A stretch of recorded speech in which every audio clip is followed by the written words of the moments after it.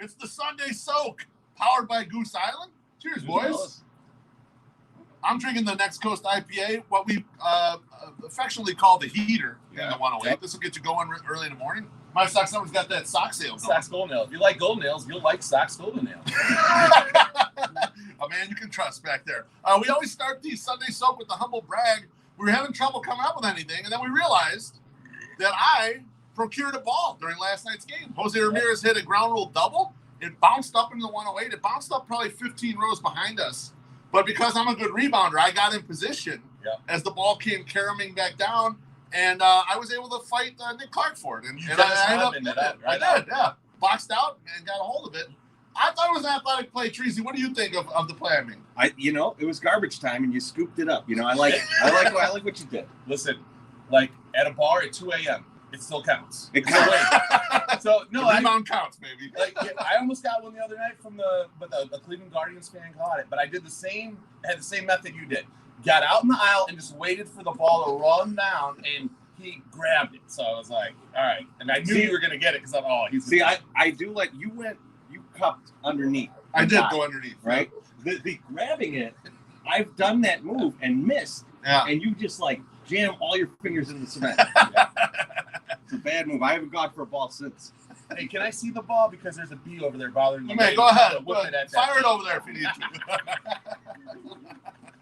All right, we're doing an all-question show. And actually, the questions this week were tremendous. And I wasn't able to get all of them on the board, so I apologize right there. Maybe we'll try and do a video or a blog or something to fill in kind of the rest of them. But we're going to start with the infamous Yad Dog. Oh, boy. And Yad Dog wants to know, how many PB&J sandwiches do you think you've made at your advanced age? So I figured it might be fun to go through the math to figure out how many PB&Js we've made in our lives. So when's the last time you made them? I haven't made one in 10 years. 2 days ago, maybe. Really? Yeah. It's a PB&J. Yeah. PB&J is good. I'm starting to think about it this way.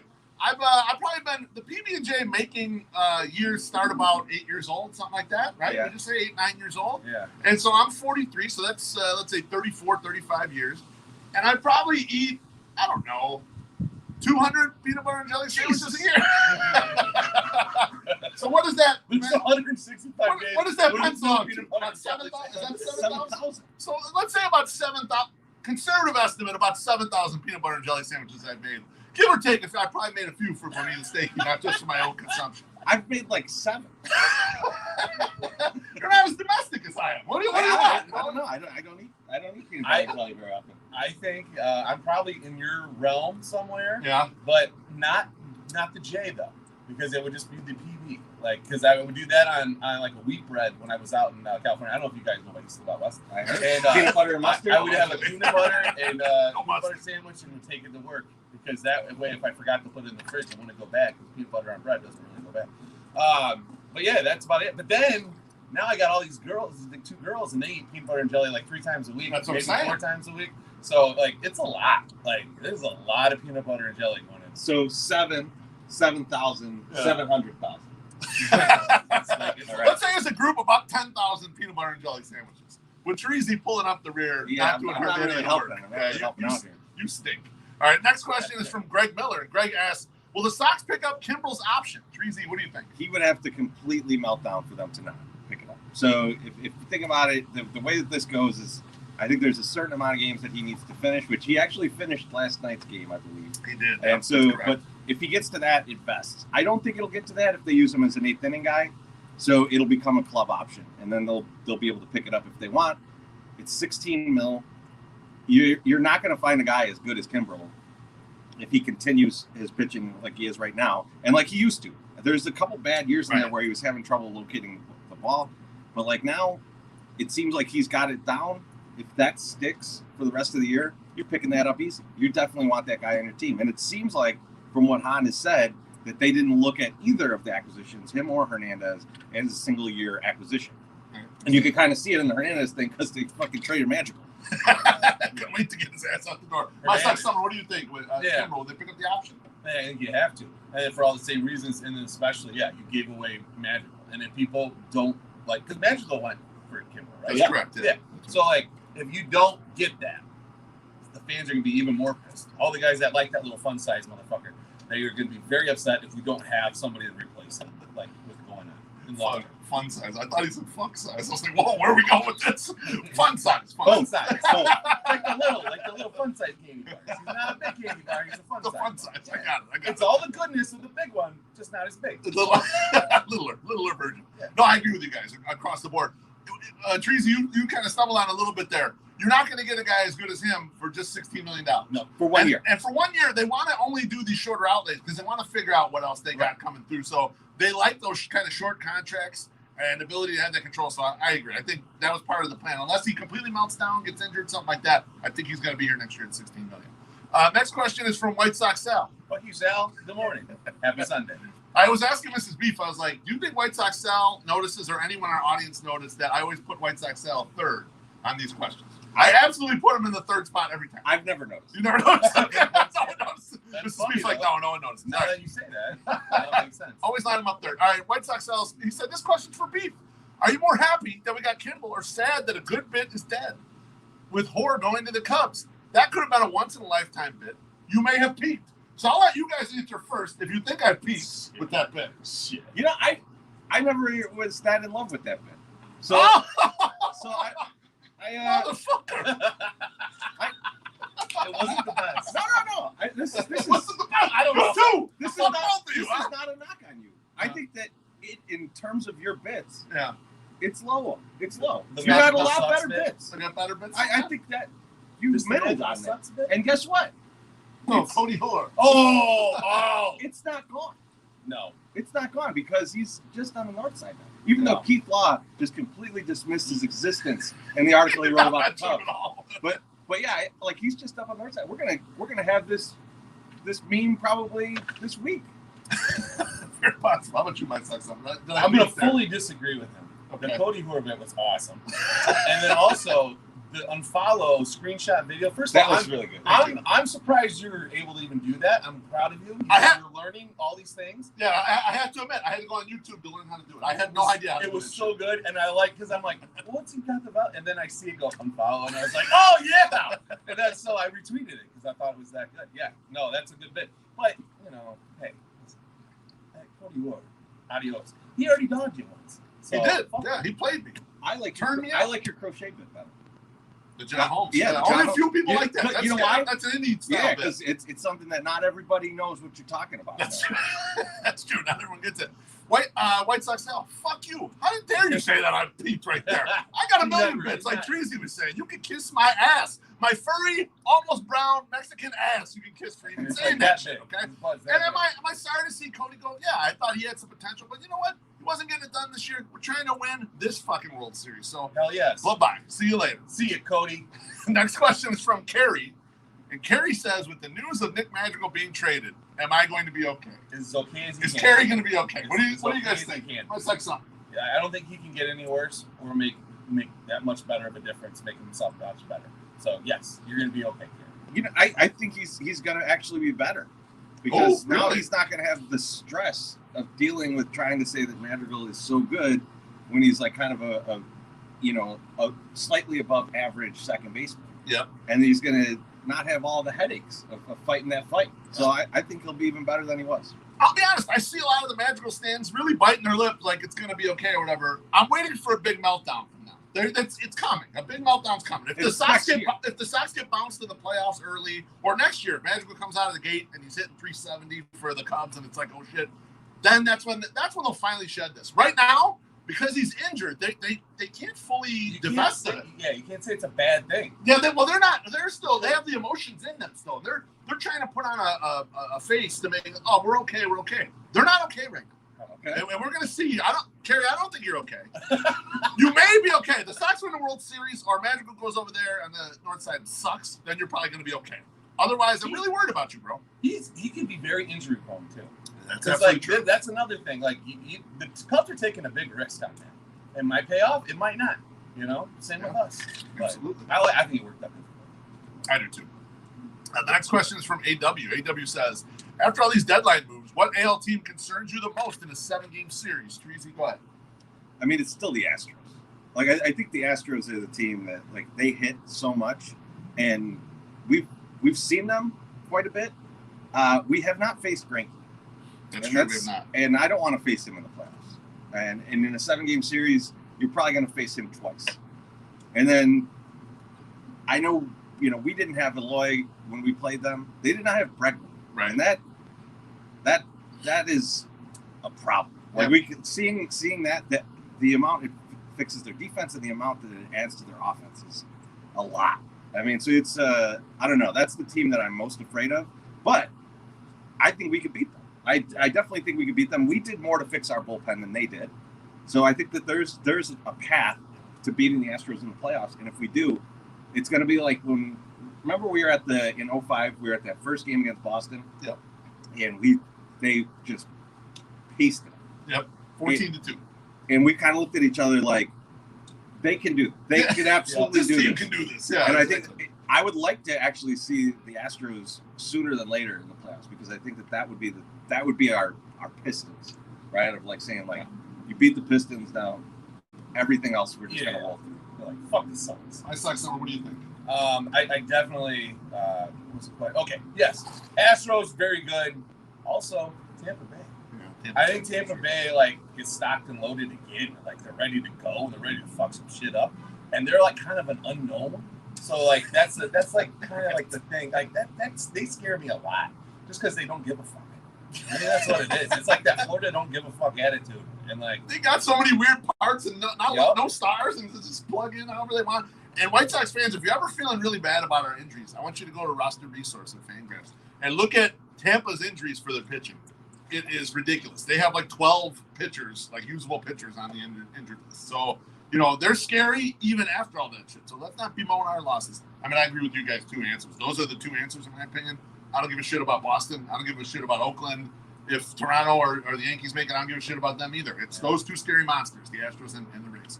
The next question is from Millennial Sox fan. And Millennial Sox fan wants to know, if God forbid the 108 were to disband, what website, platform, podcast network would Treasy MSS go to? Because we know Beef would choose to work with his bestie, Jeff Passan at ESPN. Fuck ESPN. I have no interest in ESPN. I don't. Go ahead. I don't think you would go to ESPN. No. But I think you would go to OnlyFans. That'd probably be you. I don't know. I think I would just disappear into the ether. You would just never hear from me again. Like, there would just be a vacant Twitter account that just there's like a meme a month or something. It doesn't have anything to do with anything. This Twitter account has 4,000 followers, never tweets. so I think Jeff would say no to you. Yeah, no, I don't have any talent. I mean, this is what we're going to get to in a second here. And your brother would go off and do his own thing. Yeah, right? yes. Like he'd be making space rock for the millennials. Well, that's what I was going to say. He would be on that little makeshift stage out there in front of Sox Park with a variety of bands playing almost every day. 17 pedals and a bass. He starts in a loop machine and he just gets going. He'd be like the new Medeski Martin Wood. So me and you would actually, I think we would start our own shit. Okay. And it would be ridiculous. Like it would just be like all the goofiest stuff that we've always wanted to do, but he's always said no. Don't do it. Yeah. We would do that. It would be like 108 Gone Wild. It would be something like we'd have to take off the name somehow because he's gonna like try to retain rights and shit. Yeah, he'll sue us. Yeah. So like we'll have to change it a little bit, but it'll be the avant-garde version of what you're seeing right now. Like they'd be like baseball, beer, and boners. That was the original name. We just couldn't make it work. We couldn't get it to work. I said this on the Sons of Anarchy podcast, which we were on, I think it was about 2 weeks ago. Go listen to that because we took over. We killed all that shit, tore them up. I said when we were on there, I asked them, pick one of the 108ers that you would poach and put on your team, your podcast team, your blog team. And neither one of them picked me, smartly, because everyone has a beef loaf. Now, you're all lesser beef loafs than the actual beef loaf. I'm better than you are at being beef Prime loaf. beef loaf. Definitely has. But you don't need me. You don't need me. Grade A beef loaf. You do not need beef loaf. These guys are much more vital, more essential to a group. So I would go off. I'd probably do my own thing. It would probably be horrible. Let's put it that way. If MSS and I didn't do a little avant-garde 108 thing together, I'd try to do my own thing and be awful, and I'd fizzle out. Yeah. I would definitely stop doing shit. So, no big deal. Yeah, no, I agree. All right, this is fine. The next question is from Daniel. Daniel wants to know, how many games will the Sox win the AL Central by now? I'm going to go with my Sox number first. How many are they going to win the division by? How many games? 12. 4. Now, Hear me out. Hear me out. And You're a dick. I'm gonna give you guys If that shit a happens, scenario.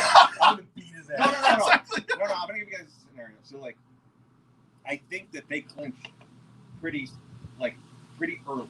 Yeah. Like I think they clinch pretty early. Yeah. And I think that you will see like a lot of Jimmy Lambert and Reynaldo Lopez starts down the stretch to save these guys up for the playoffs. You'll stop seeing Kopech very often in the bullpen. Like they're gonna do what they can to rest these pitchers. Yeah. And it will erode the lead. Cleveland will not be the team that ends up 4 games behind us. It will be Detroit. Wow. Because Detroit didn't do shit at the deadline, so they still have a mediocre team. Yeah, they still have it basically all their talent. I agree with my Sox number. I think it's going to be about 12, 13 games. Yeah. I think we'll be kind of closing that out. We can destroy some. Yeah, like 2/3 of the way into September, something like that. Yeah. So.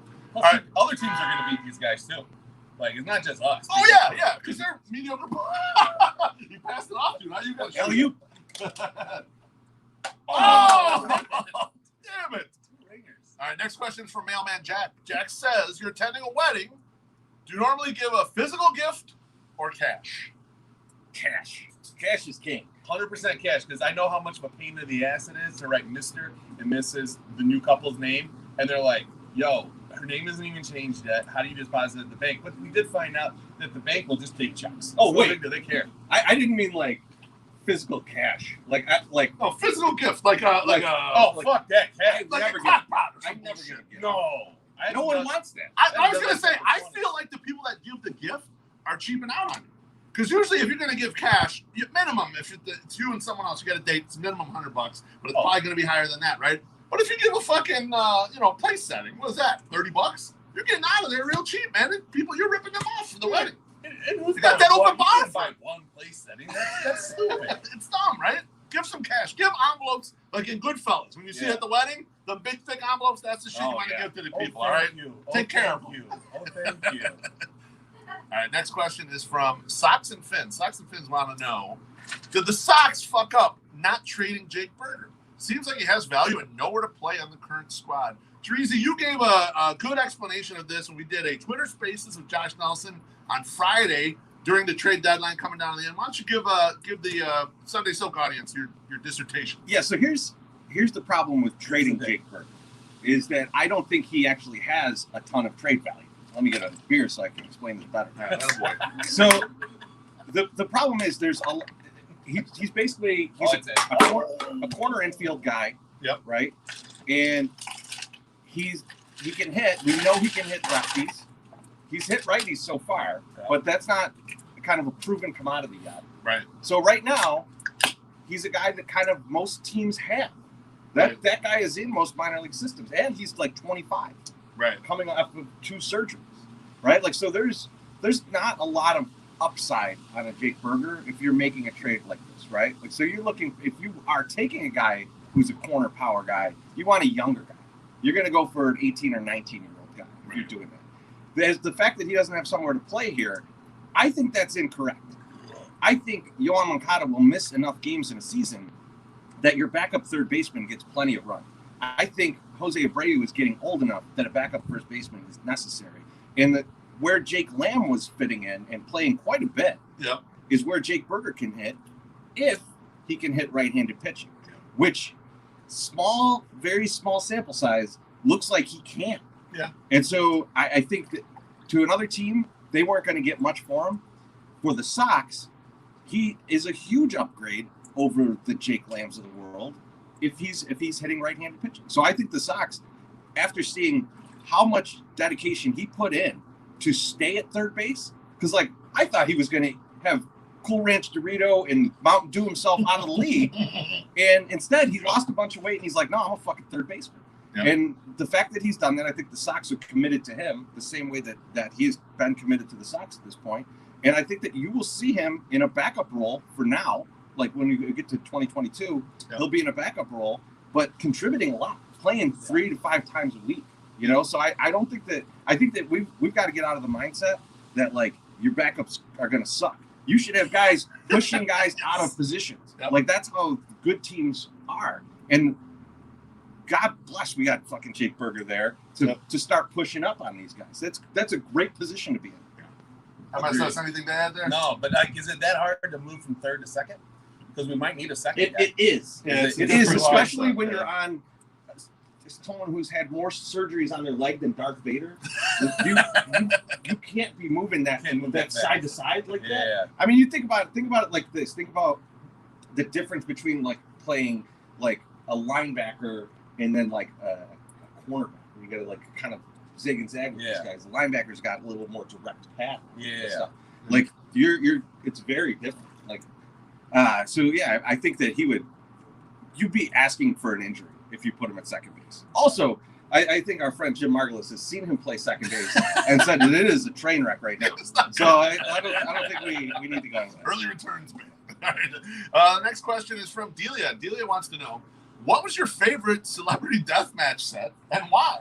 My Sock Summer, you want to go first? Yeah. So I remember the series, and I remember all this It's stuff. like a claymation series on MTV where they would fight, and it would be celebrity fights, but obviously it's fake because it's claymation. But yeah, Yeah, and one of the guys that actually worked on the show brought in the Marilyn Manson version, like doll. Like they tried to sell it on Pawn Stars, and not shockingly, like Chumley or Rick and all those guys go, "We'll give you $5 for it." But we can't find a comp. a real banger. But I would say like the first episode probably had the best death match, and it was Monica Lewinsky versus Hillary Clinton.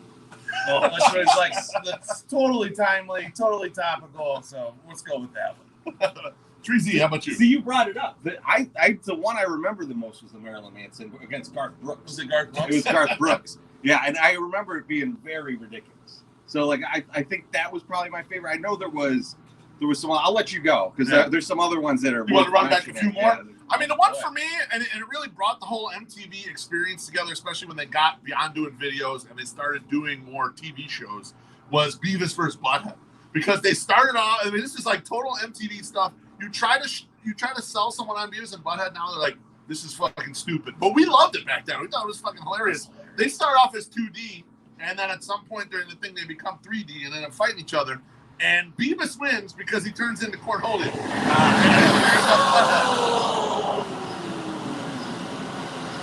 So, speaking of the MTV one, and this is a one that's very timely and very specific to MTV. They had Matt Pinfield against Jesse Camp. Oh my God. Yeah. And I hated Jesse Camp. Jesse Camp sucked. I remember it. I don't want to go back and watch it because I feel like they probably let Jesse Camp win, like they did that whole thing that they did. He So, sucked. Was the other guy Dave Holmes? Dave Holmes was the other We were guy. trying to figure out last night And who was the other guy. Dave Holmes was way better at being a VJ. He was 120 minutes, right? Matt Pinfield. Matt Pinfield was. Oh, he was? Yeah. I thought Dave did it too. Maybe Dave later on. Did it later? I don't know. Huh. But 120 minutes, great show. It was dope, yeah. Yeah. All right, next question is from Eric Wilson. Eric Wilson says, what's the best gambling movie of all time and why is it Diggstown? Eric, it is Diggstown. I totally agree because it has all the different gambits of gambling in there. It's got all the stuff that actually happens and setting up a bet, setting up a match, and figuring out ways to collect and having someone in place to escrow it. That's important. That, it has absolutely all the elements. Thai theater. I fucking love the movie Diggstown. I'm with you. I love Diggstown. Yeah. But for me, and this is kind of a grifter movie, but it's got so much gambling in it that I consider it a gambling movie, and that's The Sting. The Sting is like just, and it's all cheating in gambling, and it's just but like the line that I always go back to from that movie is like, "What do you want me to do? Say he cheated better than me?" That's on the train, that right? moment is so good. Was it Paul Newman before he goes to the game? Doesn't drink anything, just pours it all over himself so he smells like he's absolutely wasted and then goes in there and cheats his ass off. Sting is also great, but I still think, Eric, you're correct. Diggstown, absolutely the best gambling movie. You guys left me the best one. It's Rain Man. This is the best gambling movie. You beat the fucking system. All right? That's the easy one. I have a blog with my 5 favorite gambling movies, so I'll repost that. Did I afterwards. do a response to that, or did I can't remember. There might be another one that I did. That you responded to Yeah. what I missed, kind of Yeah. which ones I missed. All right, the next question is from Matt Ramsey. I'll actually let Matt Ramsey get 2 questions because I thought he had 2 good questions. Usually I only give 1 I question. think you're skipping something. You're skipping. Oh, I am skipping someone. You're right. Man, how can I skip this one? Oh, Yeah, my shit. goodness. The next question is unprotected socks. Unprotected socks says, Tony's run to defend Abreu inspired me. Also makes me wonder, how far do you guys think you can run with a big load of shit in your pants? It depends on the kind. If it's a full log, not a runny, quite a while, I think. Yeah. I mean, I can run as far as the nearest bathroom and or garbage can. If it's a mile away, it's the worst run of my life. What do you need a garbage can for when you've already shat? Like you already shat. I would be running towards a hose to hose the shit out of myself. Hey, I'm a respectful guy. I don't want to just throw shit in the street. He's You know classy. why? You know why? Why? Because Beeflo, my Shit in brother, the street. has had to clean up when he back when he was I did. back when he was in janitorial services. Yeah, it was. Has had to clean up human shit out of the stairwell. And you know what? I'm not going to do that to the next generation's Beeflo. All right? Maybe you would. That's how Beeflos are created. Much like our Dahmer discussion. I don't understand where you're going here, but what I'm saying is like once you've already shat yourself, like the next logical thing is just to clean yourself off. Right. I need a place to. What am I going to do? Rub in the grass? How's a garbage can gonna clean you off? I You need gotta a hose. I gotta rip this shit off and throw it in the garbage. I'll be honest with you guys. Where's the hose? I'm envisioning this way different. I'm envisioning us all sitting there. We've just eaten the 20 tacos that we had at the office. And then we're on a track and we're trying to crap it out. Once we do, then the 3 of us are going to race. That's how I envision this. Oh, okay. So I think at least 400 meters. I can get a 400 meter run. That's one loop around the track. Yeah, that's like 1 loop. Yeah, Are we doing hurdles? People chase, because then we can get in the water. Clear it out a little bit. Wow, you started shaking on that. I got the legs up. That's pretty good. Hey, look, man, it's Olympic season. Right. I thought we were doing some synchronized swimming. You're a regular Mary Lou Renner over here. You can get on the pummel horse. Speaking of synchronized swimming, Nick Clark sitting behind me last night. He goes, I got an idea for the Sunday Soak. How about you guys all do like a little synchronized swimming thing? You come up out of the water and go around. I'm like, Nick, come on. This is a little too much for us. I'm over it. How much is he going to donate to see us do it? Then I'll do it. If we can get $1,000 for my block, my city, my hood, or my hood, my block, my city, whatever the fuck over here, I'll do synchronized swimming. I'll make these guys do it too. All right. Let's get $1,000. $1,000. There. All right, the next question is from Matt Ramsey. Matt Ramsey's got 2 in a row. He says, what type of glaze do you think Beef Loaf uses to obtain that perfect tan? Butter. Crisco. Yeah. I'm Mexican. It's lard, but anyway. So the next question is, for the sake of the beer vendors returning to the seats, what's the maximum price you'd pay for a beer, assuming that the difference goes to the vendors when we get them back in the stadium? What's a beer right now? What does the beer cost right now? Beer like $12. $12. So think 16 ounces is about $12, right? About 12. I'd go 15 Okay. because that $3, then that's fine. But and it also would save us a lot of hassle, and I like round numbers, 5s and 0s. I really like it. How about this? How about we amp it up to 24-ounce cans? Yeah. And we go, like $17.50. So he doesn't like the change. He doesn't want to hold the quarters. Here's the problem, I think. Okay, this is credit card. Here's the problem with that. Get 10 18. nickels. Because when we get backed up, I don't want to get backed up with 19-ounce or 24-ounce cans. Ooh, Because then it's going to get real warm by the That's a good bottom. point. So I And also, people kick them over. Yeah, 16's about our max. All Maybe right. a 19.2. Remember the 19.2? 19.2. I love the 19.2. Oh, yeah. I like this. So 19.2, we pay $17.50. How about this 7? Yeah, 17.50. So we still get the 5s and 0s. Yeah. $16.66. We worship set. But yeah, we pay a Anyway, lot. We're in favor of that. Jack up the prices. Give it to the vendors. Get their asses in there. Let's get everyone taken care of. How about And they're that? going to jack prices up anyway. So Regardless, yeah, it doesn't matter. All right, next question is from King Nam. King Nam wants to know, what happened to the Russian from the Pine Barrens? So the Pine Barrens is widely considered the best episode of Sopranos. And the Russian was a guy who Chrissy and Paulie Walnuts got into a little scuffle with. And when they took him out to kill him in the forest, he grabbed the shovel and he knocked the shit out of Chrissy and took off. So I have a theory on this. there's some theories in like the message boards that he reappears later in Sopranos, and Chrissy kind of sees him and like, and that he's still around, but he's got like amnesia from all the fighting and all the shit. And from they thought they had kind of shot him. I don't think so. It's around the same time. I think he ended up making his way up to New York City and works for Teddy KGB. Oh, I think he's one of his guys. I love it. I mean, that's the best answer. I'm not going to improve on that. You can go ahead. I don't know. I mean, maybe he's the guy that came back and did some damage in that diner that we never saw. Who knows? That's the other thing I was thinking. Maybe he was working the bakery counter in the diner. Yeah, he was the guy he was the shorthand cook, the short order cook, and he was like making some eggs. And he was like, "Oh fuck, that's Soprano." And he was like, Wonderful. The next question is from Josh Nelson, and Josh asks, "How close do we were another Malice at the Palace on Friday night after Abreu got hit in the head with a pitch?" So We were netting away. A netting, yes. The fact that we've always considered the netting to be there to protect the fans. In this case, it protected the players. Yes. Because I think if you don't have those nets up, someone who's close enough would have ran on the field. Because people were pissed. Like, you could feel it in the crowd. Like, everyone was on their feet. Everyone was ready to run on the field. We all held back because that's a horrible idea. And for us, it would have been about a 400-meter dash. Yeah. And we're all full of shit in our pants. We can't make it that far. We've already discussed that. But we're not sure if we'd make it. Right.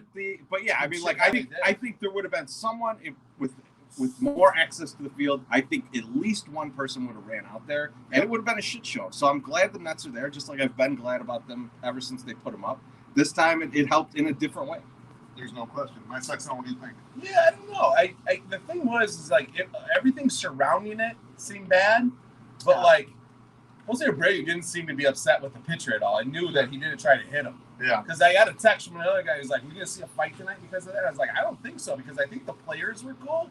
And it was this, it's like in basketball. You don't want the other team, after you foul the guy hard or whatever, you don't want the other guy picking your guy up. Like, you want to go out there and take care of him. Right. And Tony's like, "Here's my chance to endear myself to all the asshole White Sox fans that hate me. I'm going to go out there and protect my guy against a guy who's trying to help our guy." I don't even think it was that well thought. I think he was just pissed that they were going inside on Abreu. You were bringing this up when we were talking the other night. They don't like how much they're throwing inside on Abreu. Right, Like, and with no consequence. especially with a guy without control. Yeah. And I was actually I went out for a beer yesterday with Josh. Yeah. And we were chatting a little bit about this. We went over to see Tom Paints over at Buffalo Wings and Rings. He did a little No pop-up free ads. store. Yeah, no free. I give free ads at Tom. And so we went over there to check that out, and we're sitting there, and we're talking about this, and I was like, "Yeah, well, Tony's a red ass, so I'm not surprised that he like ran out there and got in this." He's like, "I think Ricky Renteria would have got way more into it. Like, he thinks that he would have got into the opposing manager's face, and possibly thrown a punch." He's from East Los Angeles, too, right? Yeah, he's from So he would have brought out the bat. yeah. Yeah. Maybe the little kid's bat, like they call the cat killer or the catfish killer. Maybe take that out. I mean, call me a meatball. I like that shit. I like that fiery shit. When it gets down like that, No, get your ass you out gotta there. go. I like that. I like that Tony ran out there. The Malice at the Palace, though. That was a fucking Fans versus players, and like, I mean, Let me tell you what. it could only happen in Detroit. They should have let the players beat those fans' asses. Once you get out there and your mom's that's the other thing. You cross that line, those are professional athletes. If they beat your ass, that's your problem. You fucked up and went on the other side. You should get arrested and get your ass. And get your ass whooped. Exactly. That's the problem. Man, I wouldn't fight any of them in the anime. Those guys are all like kill anybody. All right, next question is from Soxwood. Soxwood wants to know, how much do you hate Billy Wires after last night's game? So last night, Wanderers Cup, Billy Wires was in the stands, and he was taunting West Side Summer during the game. When everyone chants, kind of "Let's go White Sox" and everything, quiet down. He's back this, "Let's go Sterling." Then he's like, "Alice Cooper." So I loved it. I thought it was hilarious, but you were getting a lot of shit from him. I don't care. I get a lot of shit from everybody. I'm the punching bag. It's okay. I feel like Big, this fat, question. toe-looking white punching bag. Yep. Keep me up. This question should probably be directed at Matt Ramsey. I feel like he took a lot more of the brunt than any of us. But I also you see Billy tweet, and you're just like, where is all this coming from? And then you meet him in person, and he's doing this kind of bit, and like he's just on a different plane of existence. Yeah. Yes. Yeah. And like you just gotta sit there and enjoy it. Just Like, digest. just take it in, and just be like, this is some weird shit, and I'm here for it. Right. That's absolutely. I totally agree with that. I just have that filter. The next That question. filter that says stop saying what you're gonna say. He just is like, I'm gonna say it. But those were mild mannered. Those They were were funny. good. They were not. You know, they were funny. So. Yeah. All right. Ancient dicks with Jardiniere. So that was good. Good The, job. the next question is from Soxtober 2021, and Soxtober wants to know: Would you? Yeah, I can read it. Would you rather Sebi be on the playoff roster than Zach Collins? Yeah. Yes. I mean, Yeah, I thought that before the 3 home runs last night. Yeah, it's not. If you could erase those 3 home runs, and I would still say it. And here's why. And I wasn't a Sebi fan. In fact, coming into this season, Aloha Mr. Hands like 5 feet away from me. He knows I was saying, get this guy off the 40-man roster. What's he doing? But watching him play, when we go to the playoffs, I'm more concerned from that catcher position with the lineup that we're going to have for the playoffs. Yeah. I'm more concerned Oh, with it being the 8th or 9th inning, balls going in the dirt to try and strike some dudes out, something's in the ice. and a guy getting in front of it and blocking it instead of Zach Collins trying to backhand it and just let the ball shoot up into the air. So, like, that's, like, in the playoffs, I'm going to value the defense that catcher's going to bring more so than the offense that they might bring. Because I think you're going to have the bats back by then. You should. And I'm not as concerned there. yeah. I mean, I don't think Collins has been good enough with the bat where you say, okay, well, we're kind of always going to start Grandal behind the plate, and so the highest and best use for that backup catcher is a pinch hitting role. And in those playoff series, you do end up with the backup catcher playing once or twice in like a playoff series like that.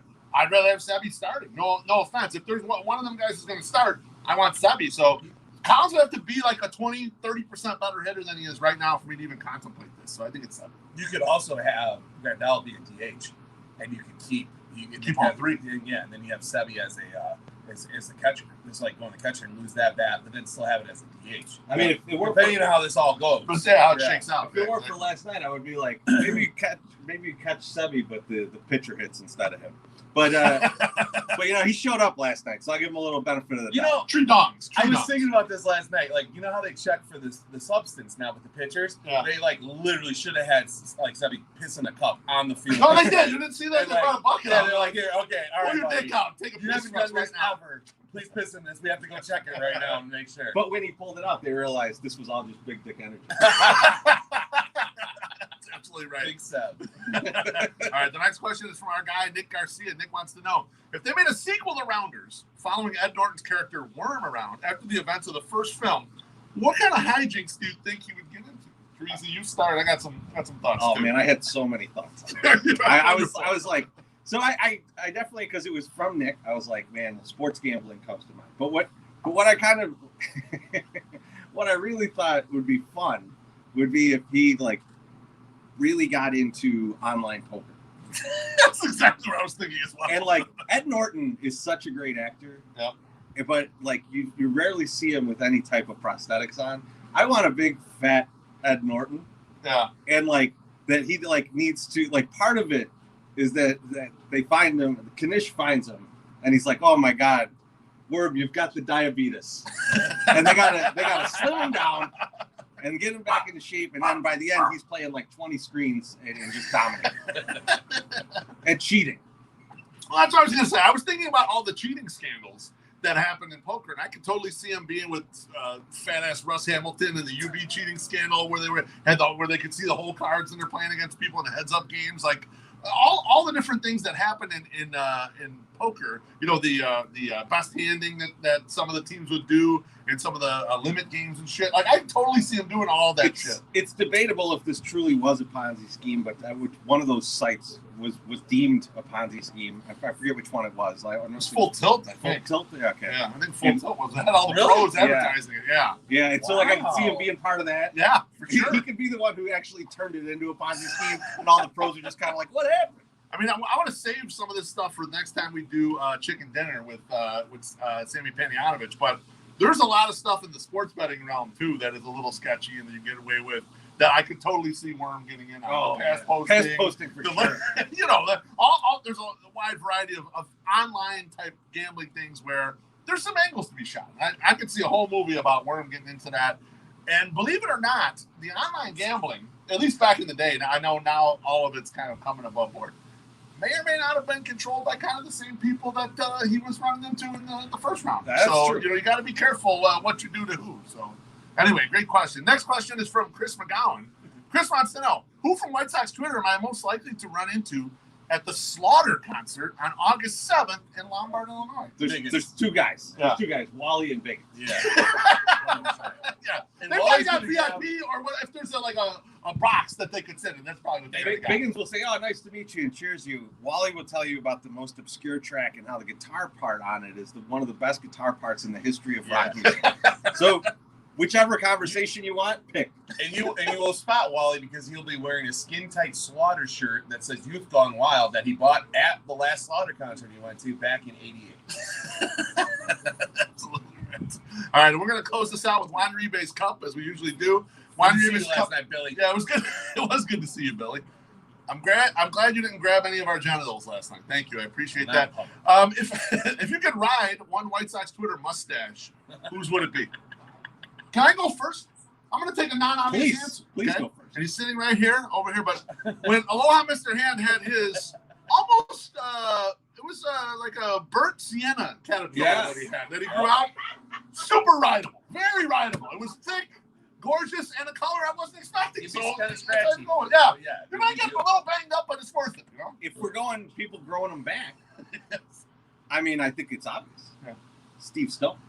The Steve Stone 1980s mustache. Yeah. Go find pictures of him in the polyester shirt, a little sweated up with the caterpillar on his lip. Yeah. It depends on which direction you're riding it. You get that. You had an afro back then too. You get a little, front and back action. You never know. Now, I mean, the most obvious answer is Soxwood, obviously. Yes. That thing is just beautiful, and Yeah. especially when he pairs it with the handkerchief across his neck. It looks like an old Marlboro guy. You know, like. Do you think he's cowboy out stealing? there riding I the think thing. he's stealing Mailman Jack's bit. Possible. Mailman Jack had the scarf before you, motherfucker. You might have to lose that thing. I'm not sure. I don't- Copyright infringement on this shit. You know what? I think they put together a gang. Like that. I think more people. They need to get more scarves out there. Scarf guys. Yeah. And I don't know if he's Or on, gals. Could be anyone. and I don't know if he's on Sox Twitter, but if we're gonna kick it really retro, with a little Jose Valentine. Oh, baby. Oh, The man. soup I Nazi. don't. The I soup haven't Nazi seen has him a on Sox mustache. Twitter, but you never know who these He's probably out there, right? Who these burners are, you know. It's Katy Perry's booty hole. All right, that's all we got. That's our show. We'll see you at the ballpark. We're looking for a little meatloaf, man. We got to get 2 out of 3 here. Let's do this shit. Let's do it. Couldn't afford to lose last night.